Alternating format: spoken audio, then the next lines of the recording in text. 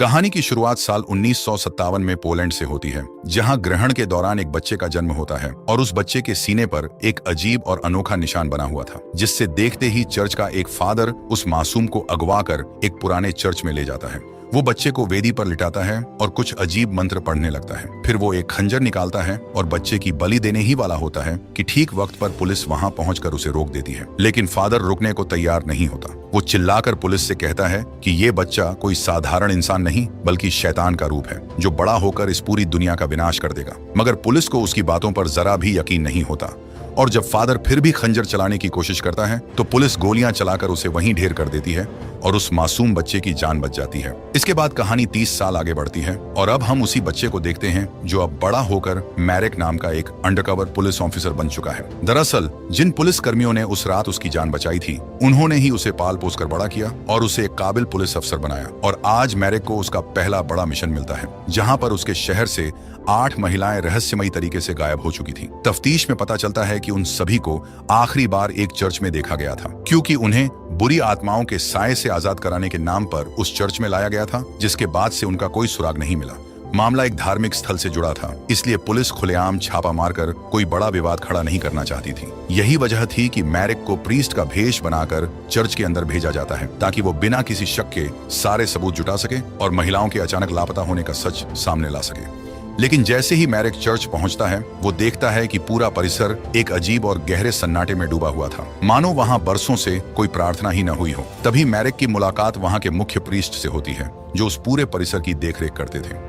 नियमों के मुताबिक सबसे पहले मैरेक के सामान की तलाशी ली जाती है। फिर तलाशी पूरी होने के बाद फादर उसे उसके कमरे तक ले जाते हैं और सख्त हिदायत देते हैं कि दिन में चाहे जो करो, लेकिन रात के वक्त कमरे से बाहर निकलना सख्त मना है। मैरेक भी बिना कोई सवाल किए उनकी बात मान लेता है, जिसके बाद मैरेक कपड़े बदलकर प्रीस्ट जैसी वेशभूषा पहन लेता है, ताकि वो वहां मौजूद बाकी लोगों के बीच आसानी से घुल मिल सके। फिर वो अपने बैग का एक खुफिया हिस्सा खोलता है, जिसमें एक टॉर्च, एक बंदूक, एक कैमरा और अखबार की एक कटिंग रखी हुई थी, जिसमें शहर से रहस्यमयी तरीके से गायब हुई लड़कियों का जिक्र था। और इसी गुत्थी को सुलझाने के लिए मैरेक यहाँ आया था। अब मैरेक अपने मिशन के लिए पूरी तरह तैयार था, जिसके बाद वो बाकी लोगों के साथ खाना खाने बैठता है। लेकिन उसकी प्लेट में परोसा गया खाना बेहद अजीब था। वो किसी अनजान मांस जैसा दिख रहा था, जिसे देखकर मैरेक को घिन आने लगती है। लेकिन आसपास मौजूद बाकी सभी लोग उसे बड़े चाव से खा रहे थे। ऐसे में खुद पर जरा भी शक न होने देने के लिए इसलिए मैरेक को न चाहते हुए भी चुपचाप वो खाना खाना पड़ता है। खाना खाने के बाद जब वो हॉल से गुजर रहा होता है,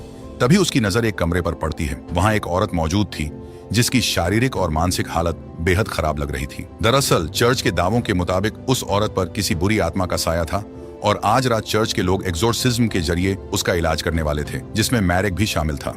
उस औरत को कमरे में एक बेड से बांधकर रखा गया था और वहां मौजूद एक प्रीस्ट इस पूरी प्रक्रिया की वीडियो रिकॉर्डिंग कर रहा था, ताकि ये फुटेज उनके मुख्य चर्च को सबूत के तौर पर भेजी जा सके। अब जैसे ही फादर ने बाइबल पढ़ना शुरू किया, वो औरत तड़पने लगी। वो जोर जोर से चिल्लाने लगी और उसका पूरा बेड हिलने लगा था। फिर जैसे ही प्रीस्ट ने उसके सामने क्रॉस रखकर प्रार्थना शुरू की, उस क्रॉस में अचानक आग लग गई। ये देखकर मैरेक सहम गया, लेकिन उसके साथ खड़े बाकी प्रीस्ट्स बिल्कुल शांत रहे। फिर फादर ने अपनी प्रार्थना जारी रखी, जिससे एक्सोर्सिज्म पूरा हो गया और वो औरत बेसुध होकर शांत पड़ गई। अब ये खौफनाक मंजर देखने के बाद मैरेक का दिल घबराने लगता है। वो तुरंत अपने कमरे में लौटता है और चेहरे पर पानी के छींटे मारकर खुद को संभालने की कोशिश करता है। उसे समझ नहीं आ रहा था कि जो उसने अभी अभी देखा वो सच था या फिर इन लोगों का रचा हुआ कोई नाटक। लेकिन तभी अचानक उसके कमरे का शीशा अपने आप छटकने लगता है और इसके तुरंत बाद उसकी अलमारी का दरवाजा भी अपने आप खुल जाता है। मैरेक जब हिम्मत जुटाकर अलमारी के पास जाता है और अंदर देखता है, तो उसे वहां कोई दिखाई नहीं दिया। अब इन सब खौफनाक घटनाओं को देखकर मैरेक जैसे तैसे खुद को संभालता है। वो आसानी से हार मानने वालों में से नहीं था, इसलिए वो मन ही मन खुद को यकीन दिलाता है कि अंधविश्वास की इन बातों में कोई सच्चाई नहीं है। उसके हिसाब से ये सब सिर्फ लोगों को डराने का महज एक धोखा था और इस सच का पता लगाने के लिए वो अपने कमरे से निकलता है और मुख्य पादरी के दफ्तर के दरवाजे पर पहुंचता है। मगर इससे पहले कि वो अंदर जा पाता, वहां का एक प्रीस्ट उसे देख लेता है और रोक देता है। वो मैरेक को चेतावनी देता है कि मुख्य फादर की इजाजत के बिना इस कमरे में जाना सख्त मना है। मैरेक भी चुपचाप उनकी बात स्वीकार करता है और वापस डाइनिंग एरिया की तरफ बढ़ जाता है। वहां पहुंचकर मैरेक फिर से वहीं आधा पका और बदबूदार मांस खाने लगता है। लेकिन आज वहां एक अजीब बात होती है है कि वहाँ एक नया लड़का आया हुआ था जो इस खाने को देखकर अजीब व्यवहार करने लगता है। तब मुख्य फादर ये देख लेता है और तुरंत इशारा करके एक आदमी को उस लड़के के पास भेजता है। वो आदमी लड़के के कान में कुछ कहता है, जिसके बाद लड़का डर के मारे चुपचाप वो मांस खाने लगता है। अब खुद पर कोई शक न हो इसलिए मैरेक भी जैसे तैसे खाना खा लेता है, लेकिन अपने कमरे में लौटते ही उसे उल्टी होने लगती है। तभी उसे अपने मसूड़ों के बीच कुछ फंसा हुआ महसूस होता है। जब वो उसे बाहर निकालता है तो देखता है कि वो एक इंसानी दांत था जो उसका अपना नहीं था। मैरेक जैसे ही उस दांत को ध्यान से देखता है उसमें से एक मक्खी निकलकर उड़ जाती है। तब मैरेक का शक यकीन में बदलने लगा था और उसे एहसास हो जाता है कि इस चर्च में कुछ बहुत बड़ा गड़बड़ है। इसीलिए वो रात के सन्नाटे में चुपके से मुख्य प्रीस्ट के दफ्तर में गुपचुप दाखिल होता है ताकि लापता महिलाओं से जुड़ा कोई ठोस सबूत ढूंढ सके। वहां छानबीन करते हुए उसे एक सीक्रेट रिकॉर्डिंग रूम मिलता है जहां कई लड़कियों के एग्जॉर्सिज्म की वीडियो टेप रखी हुई थी। मैरेक उनमें से कल रात हुई एग्जॉर्सिज्म की वीडियो टेप निकालता है और उसे ध्यान से देखने लगता है। वीडियो देखते ही उसे पूरा मामला और भी संदिग्ध लगने लगता है। अब अपने इस शक की पक्की पुष्टि करने के लिए वो तुरंत उसी कमरे में दोबारा जाता है जहां वो एग्जॉर्सिज्म किया गया था। उस कमरे की बारीकी से छानबीन करने पर मैरेक को बिस्तर के नीचे से एक सिरिंज मिलती है। इससे साफ जाहिर था कि उस औरत को कोई नशीली दवा दी गई थी ताकि वो बेकाबू होकर पागलों जैसी हरकतें करने लगे। इसके बाद जब वो कमरे की ओर गहराई से जांच करता है तो उसे पता चलता है कि प्रीस्ट ने जिस क्रॉस का इस्तेमाल किया था उसमें असल में एक लाइटर छिपा हुआ था। अब मैरेक को पूरी तरह समझ आ चुका था कि तंत्र मंत्र और एग्जॉर्सिज्म के नाम पर वहां जो कुछ भी हुआ था वो सब सिर्फ एक सोची समझी साजिश थी और वो मासूम लड़की भी किसी बुरी आत्मा का शिकार नहीं हुई थी बल्कि इन ढोंगी पादरियों के बुने जाल का शिकार हुई थी। अब इस खौफनाक सच का पता चलने के बाद मैरेक अपने कमरे में लौट आता है। कमरे में पहुंचकर वो सबसे पहले दीवार पर टंगे क्रॉस को उतारकर ड्रॉअर में छिपा देता है क्योंकि उसे शक था कि उस क्रॉस के जरिए उस पर नजर रखी जा रही है। इसके बाद वो खुद को शांत करता है और अपनी अगली रणनीति के बारे में सोचने लगता है। अगली सुबह जब सभी लोग प्रार्थना के लिए हॉल में इकट्ठा होते हैं तो मुख्य प्रीस्ट मैरेक को मंच पर बुलाता है और उसे लैटिन भाषा में प्रार्थना शुरू करने को कहता है। दरअसल मुख्य फादर को मैरेक की हरकतों पर पहले से ही शक था कि वो कोई असली प्रीस्ट नहीं है क्योंकि नियम के मुताबिक हर फादर को लैटिन में ही प्रार्थना करवानी होती थी, लेकिन मैरेक को ये भाषा आती ही नहीं थी और वो सोच में पड़ जाता है कि इस स्थिति से कैसे निकले। कोई रास्ता न मिलने पर मैरेक चुपचाप खड़ा रह जाता है। इससे मुख्य पादरी का शक और भी गहरा हो जाता है, जिसके बाद मैरेक की जगह कोई दूसरा प्रीस्ट आकर प्रार्थना पूरी करवाता है। तब मैरेक भी समझ जाता है कि फादर को उस पर शक हो चुका है, इसलिए वो तुरंत अपने कमरे की ओर लौट जाता है। लेकिन कमरे में पहुंचकर जैसे ही वो देखता है कि जिस क्रॉस को उसने ड्रॉअर में छिपाया था वो वापस दीवार पर टंगा हुआ है। इससे उसे पूरा यकीन हो जाता है कि चर्च के लोग उस पर लगातार नजर रख रहे हैं। खतरे को भांपते हुए मैरेक तुरंत उस अखबार की कटिंग को जला देता है ताकि कोई उसके असली मिशन के बारे में न जान सके।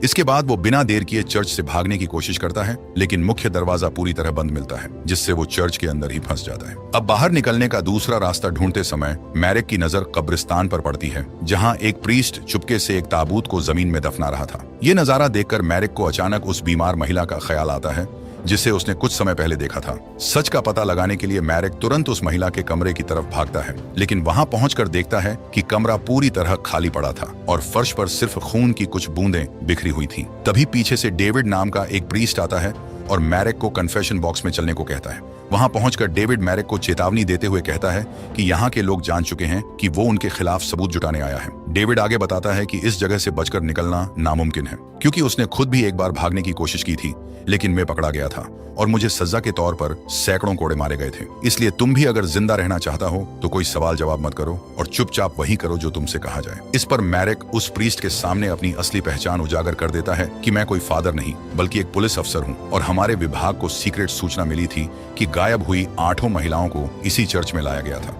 चूंकि 30 साल पुरानी खौफनाक घटना की वजह से पुलिस सीधे तौर पर धार्मिक मामलों में दखल नहीं दे सकती थी, इसीलिए मुझे फादर का भेष बनाकर यहाँ भेजा गया है। फिर मैरेक एग्जॉर्सिज्म के ढोंग के बारे में डेविड से पूछता है तो डेविड सच स्वीकार कर लेता है कि ये सब सिर्फ पैसे कमाने का एक जरिया है। वे एक्सोर्सिज्म के वीडियो बनाकर उनके मेन चर्च में भेजते हैं ताकि उन्हें वहां से भारी फंडिंग मिल सके। डेविड आगे बताता है कि महिलाओं को पहले नशीली दवाएं दी जाती हैं और इलाज के नाम पर उन्हें तड़पाया जाता है, जिससे वे मानसिक संतुलन खो देती हैं और आखिर में उनकी मौत हो जाती है। मौत के बाद उनके शवों का क्या होता है इसकी मुझे पूरी जानकारी नहीं है, लेकिन मुझे लग रहा है कि उन्हें कब्रिस्तान में दफना दिया जाता है। ये सब सुनने के बाद मैरेक सबसे पहले अपने कमरे में वापस आता है और छिपे हुए जासूसी उपकरणों की तलाश करने लगता है। लेकिन जब कमरे में उसे कुछ नहीं मिलता तो वो अलमारी को खिसकाता है जहां दीवार में उसे एक छिपा हुआ छेद दिखाई देता है। मैरिक जैसे ही उस छेद के अंदर हाथ डालता है, उसके हाथ में हड्डी से जुड़ी एक अजीब इंसानी आंख आ जाती है। उसे देखते ही मैरिक का जी मिचलाने लगता है और उसे काले रंग की उल्टी होने लगती है। तभी उस उल्टी में से अजीब मक्खियां निकलकर उड़ने लगती हैं और मैरिक को एक खौफनाक भ्रम होने लगता है कि उसके सामने कोई भयानक राक्षस खड़ा है। जब वो होश में आता है तो खुद को एक टूटे हुए शीशे के सामने खड़ा पाता है। अब गुस्से में आकर वो फर्श पर पड़ी उस आंख को अपने जूते से कुचलकर पूरी तरह नष्ट कर देता है, जिसके बाद वो सच जानने के लिए सीधे कब्रिस्तान पहुंचता है और हाल ही में दफनाए गए ताबूत को खोदकर बाहर निकालता है। दरअसल फादर डेविड की बातों से मैरिक को शक हो गया था कि गायब हुई महिलाओं के शवों को यहीं दफनाया गया है, लेकिन जैसे ही वो ताबूत का ढक्कन खोलता है उसके होश उड़ जाते हैं, क्योंकि वो ताबूत अंदर से पूरी तरह खाली निकलता है। अब इससे पहले कि मैरिक कुछ समझ पाता, पीछे से आकर एक प्रीस्ट उसके सिर पर बोरा डालकर हमला कर देता है, जिससे मैरिक बेहोश होकर वहीं गिर पड़ता है। जब मैरिक को होश आता है तो वो देखता है कि उसे उसी के कमरे में बिस्तर से बांध कर रखा गया है और वही प्रीस्ट उस पर पहरा दे रहा है जिसने उसे बेहोश किया था। तभी मुख्य प्रीस्ट वहां 4 अलग अलग बर्तनों में खाना लेकर आते हैं और उसे वो खाना खाने के लिए कहने लगता है, लेकिन वो इससे साफ इनकार कर देता है और उल्टा उनसे सवाल करता है कि इन अलग अलग बर्तनों में क्या परोसा जा रहा है। लेकिन फादर उसकी बात का कोई जवाब नहीं देते और उसे जबरदस्ती वो खाना खिला देते हैं, जिसके बाद वो चुपचाप वहां से चला जाता है। अब रात में पहरा देते वक्त जब प्रीस्ट की आंख लग जाती है तो मैरिक सही मौका देखकर खुद को रस्सियों से छुड़ा लेता है, लेकिन तभी फादर की नींद खुल जाती है और दोनों के बीच हाथापाई शुरू हो जाती है। इस झड़प में मैरिक किसी तरह अपनी बंदूक तक पहुंच जाता है और प्रीस्ट को गोली मारकर वहीं ढेर कर देता है। फिर वो कमरे से बाहर निकलकर सीधे किचन की तरफ बढ़ता है ताकि अब तक उसे जो खाना परोसा जा रहा था उसकी सच्चाई जान सके। लेकिन जैसे ही वो किचन के स्टोर रूम का दरवाजा खोलता है, सामने का नजारा देखकर उसके पैरों तले जमीन खिसक जाती है, क्योंकि वहां गायब हुई सभी महिलाओं की कटी हुई लाशें लटकी हुई थीं। यानी इतने दिनों से चर्च के सभी लोग और मैरिक जिस मांस को खा रहे थे वो असल में उन्हीं मासूम औरतों का था। लेकिन मैरिक एक बात अब भी समझ नहीं पा रहा था कि आखिर में ये चर्च इतना घिनौना काम क्यों कर रहा है। तभी पीछे से डेविड वहां पहुंचता है और खुलासा करता है कि चर्च के ये सब प्रीस्ट असल में तुम्हारे लिए कर रहे हैं। मगर ये बात मैरिक की समझ से पूरी तरह बाहर थी। तब डेविड उसे लाइब्रेरी ले जाता है ताकि वो मैरिक को उसकी असली पहचान और इसके पीछे छिपे पूरे सच से रूबरू करा सके। लाइब्रेरी पहुंचकर डेविड लैटिन भाषा में लिखी एक बेहद पुरानी और रहस्यमयी किताब निकालता है। उस किताब में एक खास बच्चे का जिक्र किया गया था कि जब ग्रहण के दौरान एक बच्चा पैदा होगा तो वो कोई आम इंसान नहीं बल्कि शैतान को इस दुनिया में लाने का जरिया बनेगा, और अगर जन्म लेते ही एक खास खंजर से उस बच्चे की बलि न दी गई तो वो आगे चलकर 7 पापियों का मांस खाएगा और एक मासूम औरत का खून पिएगा, जिससे वो शैतानी बच्चा अपने असली रूप में आ जाएगा, जिसके बाद उसके कहर से इस दुनिया को कोई भी नहीं बचा पाएगा। अब किताब का पन्ना पलटते ही मैरिक देखता है कि उसमें बना प्रतीक बिल्कुल वैसा ही है जैसा निशान उसके सीने पर बना हुआ है। यानी वो समझ जाता है कि वही वो बच्चा है जो शैतान को इस दुनिया में लाने और तबाही मचाने का जरिया बनने वाला है। लेकिन मैरिक इस खौफनाक सच को मानने से साफ इनकार कर देता है। वो खुद को संभालते हुए कहता है कि ये सब बकवास है और वो कोई शैतानी जरिया नहीं बल्कि महज एक साधारण पुलिस अफसर है जो यहाँ सिर्फ लापता महिलाओं की जांच करने आया है। अब वो किसी भी कीमत पर यहाँ से भागना चाहता था। तभी डेविड उसे चर्च के नीचे बने एक गुप्त भूमिगत रास्ते से भागने का सुझाव देता है। लेकिन मैरिक को शुरुआत में उस पर शक होता है, क्योंकि डेविड भी उसी आश्रम का एक फादर है और उसे लगता है कि ये उसे फंसाने की कोई नई चाल भी हो सकती है। हालांकि डेविड उसे अपनी पीठ पर पड़े कोड़ों के निशान दिखाकर उसका भरोसा जीत लेता है और कहता है कि वो खुद भी मैरिक की मदद करना चाहता है। जिसके बाद दोनों प्रार्थना कक्ष में पहुंचते हैं और वेदी के नीचे बनी सुरंग में दाखिल होते हैं। लेकिन जैसे ही वे आगे बढ़ते हैं, पीछे से 2 प्रीस्ट्स अचानक मैरिक के सिर पर हमला कर देते हैं और उसे जमीन पर दबोच कर बांध देते हैं। डेविड चुपचाप खड़ा ये सब देखता रहता है और तब हमें समझ आ जाता है कि डेविड कभी मैरिक का साथी था ही नहीं। उसने सिर्फ मैरिक का विश्वास जीतकर उसे सुरंग तक लाने के लिए हमदर्दी का नाटक किया था, ताकि वे बिना किसी रुकावट के मैरिक को बंदी बना सकें और अपनी उस खौफनाक शैतानी रस्म को अंजाम दे सकें। अब जैसे ही मैरिक को होश आता है, वो खुद को एक लकड़ी के क्रॉस से बंधा हुआ पाता है। तभी मुख्य प्रीस्ट आगे आकर यह बड़ा खुलासा करता है कि पुलिस को उन लड़कियों के लापता होने की जो सीक्रेट सूचना मिली थी वो किसी और ने नहीं बल्कि हमने ही भेजी थी, ताकि तुम खुद ब खुद हमारे जाल में फंस सको। मुख्य पादरी मैरिक को बताता है कि उसका यहाँ आना कोई इत्तेफाक नहीं बल्कि उनकी एक सोची समझी साजिश का हिस्सा था। वे जानते थे कि मैरिक ही वो चुना हुआ इंसान है जिसकी उन्हें सदियों से तलाश थी। इसीलिए उन्होंने पुलिस अधिकारियों को रिश्वत दी थी ताकि यह केस सिर्फ मैरिक को ही सौंपा जाए और वह खुद चलकर इस सैनिटोरियम तक पहुंच सके। फिर वो प्रीस्ट अपना पागलपन जताते हुए बताता है कि ईश्वर और शैतान एक ही सिंहासन पर अगल बगल बैठते हैं। यानी शैतान बुरे नहीं हैं बल्कि वे तो बस इंसानों को उनके पापों की सजा देने का जरिया है। उसके मुताबिक असली गुनहगार खुद इंसान है और ये शैतानी अनुष्ठान ही इंसानों को उनके किए गए पापों की सजा देने का एकमात्र रास्ता है। इसलिए पिछले 800 सालों से उनका प्रीस्ट्स बनना महज एक दिखावा था, क्योंकि वे सदियों से उस चुने हुए इंसान यानी मैरेक के आगमन का इंतजार कर रहे थे, जिसके शरीर को जरिया बनाकर शैतान इस दुनिया में कदम रख सके और इंसानियत के पापों का अंत कर सके। अब किताब के हिसाब से वे मैरेक को उन 7 पापियों का मांस तो पहले ही खिला चुके थे, यानी अब बस उस कुंवारी लड़की की बलि देना ही बाकी था। इसलिए वे एक मासूम लड़की को वहां लाते हैं और उसका गला रेत कर उसका खून इकट्ठा करते हैं। फिर वे उस खून को मैरेक को जबरन पिला देते हैं। इसके बाद वे पूरे मंत्रोच्चार के साथ शैतान का आह्वान करते हैं, लेकिन कुछ मिनट बीत जाने के बाद भी वहां कुछ भी नहीं होता। अनुष्ठान को नाकाम होते देख सभी प्रीस्ट्स के चेहरों पर उलझन और निराशा छा जाती है। इसके बाद मुख्य पादरी और डेविड आपस में चर्चा करते हैं कि आखिर में उनसे कहां चूक हुई। उन्होंने नियम के मुताबिक एक कुंवारी लड़की की बलि भी दी थी और मैरेक के रूपांतरण के लिए उसे 7 महापाप करने वाली औरतों का मांस भी खिलाया था। फिर भी ये अनुष्ठान सफल क्यों नहीं हुआ? तब मुख्य पादरी निराश होकर कहता है कि शायद वे अब तक जिस किताब और कहानी पर यकीन करते आ रहे थे वो सब महज एक भ्रम हो, क्योंकि अगर सच में इस अनुष्ठान में कोई सच्चाई होती तो अब तक शैतान जाग चुका होता और मैरेक का शरीर उसका रूप ले चुका होता। चूंकि ऐसा कुछ भी नहीं हुआ, इसलिए अब हमें ये जगह बंद करनी होगी और सारे सबूत मिटाने होंगे। लेकिन डेविड को ये बात बिल्कुल पसंद नहीं आती, क्योंकि उसने अपनी पूरी जिंदगी इसी मकसद के लिए दांव पर लगा दी थी। फिर भी वो उस समय मुख्य प्रीस्ट का हुक्म टाल नहीं सकता था। इसलिए अपनी उसी बौखलाहट और गुस्से में आकर वो मैरेक के सीने में सीधे खंजर घोंपकर उसकी हत्या कर देता है और बाकी प्रीस्ट्स को उसकी लाश को उसी शैतानी कुएं में फेंकने का हुक्म देता है। अब अपने कमरे में लौटने के बाद मुख्य प्रीस्ट इस नाकामी के दर्द को भुलाने के लिए शराब और सिगरेट पीने लगता है, लेकिन तभी डेविड वहां आता है और मुख्य प्रीस्ट का दम घोंटकर उसे मार डालता है, क्योंकि उसका मानना था कि इस पूरी विफलता का जिम्मेदार मुख्य प्रीस्ट ही है। फिर अगले दिन सभी पादरी सबूत मिटाने के लिए